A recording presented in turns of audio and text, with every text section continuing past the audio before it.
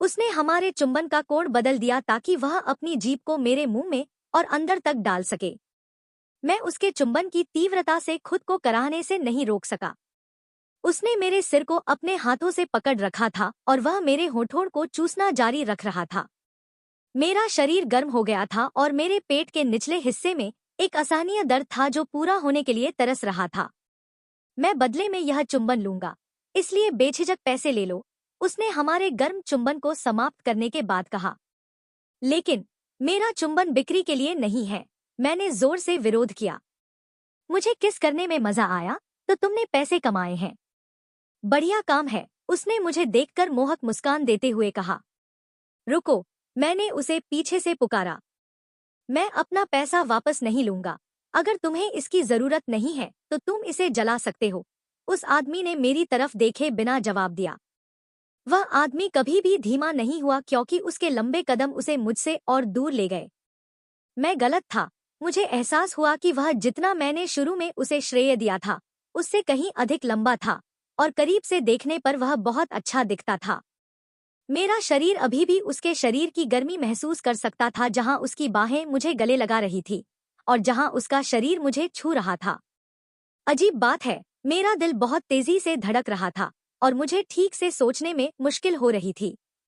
मेरे होंठ अभी भी उसके तीव्र चुंबन से जल रहे थे और मैं अभी भी अपने मुंह में उसका स्वाद महसूस कर सकती थी।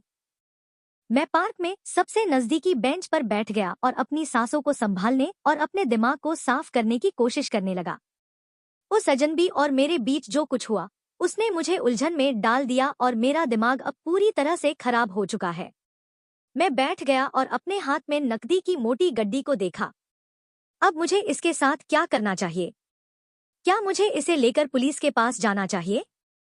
क्या वे उस आदमी को ढूंढकर इसे वापस कर पाएंगे? मैंने चुंबन का आनंद लिया, इसलिए तुमने पैसा कमाया है। उस आदमी के शब्द मेरे कानों में गूंज रहे थे जब मैंने अपने दिमाग में उसकी कही हुई बातें दोहराईं। मैंने अपनी उंगलियों को अपने होठों से छुआ जो अभी भी उसके आक्रामक चुंबन से सूजे हुए थे। अरे, मैंने वास्तव में इसे अर्जित किया था। मुझे यकीन नहीं था कि मेरा चुंबन इतने पैसे के लायक है या नहीं, लेकिन मुझे शायद कल अपने इंटरव्यू के लिए अच्छे नए कपड़े खरीदने के लिए इतने पैसे की जरूरत नहीं है। अगर मुझे नौकरी मिल जाए तो मैं कसम खाता हूँ कि मैं उसे ढूंढकर पैसे वापस कर दूंगा। तो हाँ, यह ऐसा होगा जैसे मैं अभी उससे उधार ले रहा हूँ।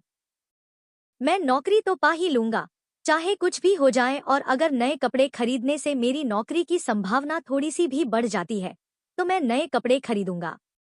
बस, मैंने फैसला कर लिया है। मेरे पास घर वापस जाने के लिए ट्रेन से जाने से पहले अभी भी कुछ घंटे हैं। कल के इंटरव्यू के लिए नया कपड़ा चुनने और खरीदने के लिए यह काफी समय है। मैंने नकदी अपने बैग में डाली और उसे जिप किया। मैं नई ऊर्जा और दृढ़ संकल्प के साथ बेंच से उठा। धन्यवाद, अजनबी। मुझे अपमानित करने और मेरे गौरव को ठेस पहुंचाने का आपका प्रयास, मैं इसे पलटकर अपने लाभ के लिए उपयोग करने जा रहा हूं। अंततः मुझे उस आदमी की पहचान कभी पता नहीं चली और मुझे एहसास हुआ कि मैंने उससे उसका नाम कभी नहीं पूछा था। बिस्तर पर बेचैनी भरी रात बिताने के बाद आखिरकार इंटरव्यू का दिन आ ही गया। मैं उसी बिल्डिंग के सामने लगभग उसी जगह पर खड़ा था जहां मैं कल खड़ा था। हालांकि आज का दिन अलग था। मैं पहले से कहीं ज्यादा आत्मविश्वासी महसूस कर रहा था और मेरे आसपास मौजूद लोगों की मौजूदगी से अब मुझे डर नहीं लग रहा था। इंटरव्यू के लिए अपने लिए नए कपड़े और जूते खरीदने के बाद मैंने बाकी पैसे सुरक्षित रखने के लिए अपने बैंक खाते में जमा कर दिए। कल उस आदमी ने मुझे जो पैसे दिए थे उनमें से और पैसे इस्तेमाल करने का मेरा कोई इरादा नहीं था। अगर किस्मत ने हमें फिर से मिलने दिया तो शायद मैं उसका शुक्रिया अदा करूंगी और उसके सारे पैसे उसे वापस कर दूंगी। मैंने अपनी कलाई पर बंधी घड़ी देखी जो मुझे बता रही थी कि मुझे जल्दी चलना चाहिए। मेरे नए हाई हील्स वाले चमड़े के जूते फर्श पर टकराते हुए चलते हुए मैं वेटिंग रूम में दाखिल हुआ जहां सभी अन्य साक्षात्कारकर्ता इकट्ठे थे। कृपया बैठे रहें और अपना नाम पुकारे जाने तक प्रतीक्षा करें।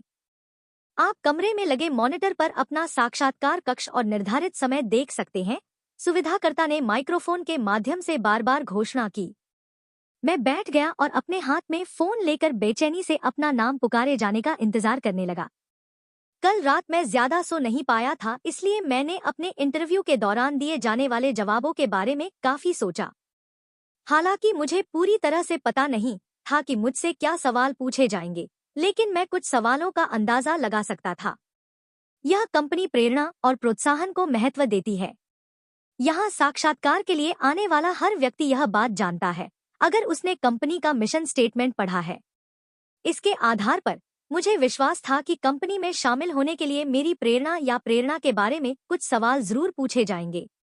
मुझे यकीन नहीं था कि मैंने जो जवाब तैयार किया था वह साक्षात्कारकर्ताओं को प्रभावित करेगा या नहीं, लेकिन यह एक ईमानदार जवाब था।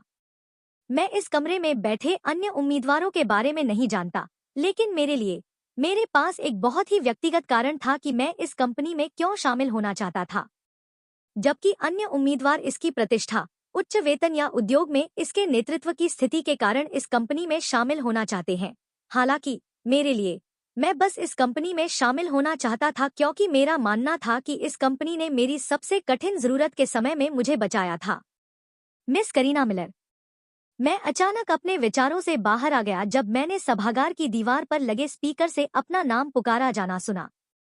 आखिरकार मेरी बारी आई।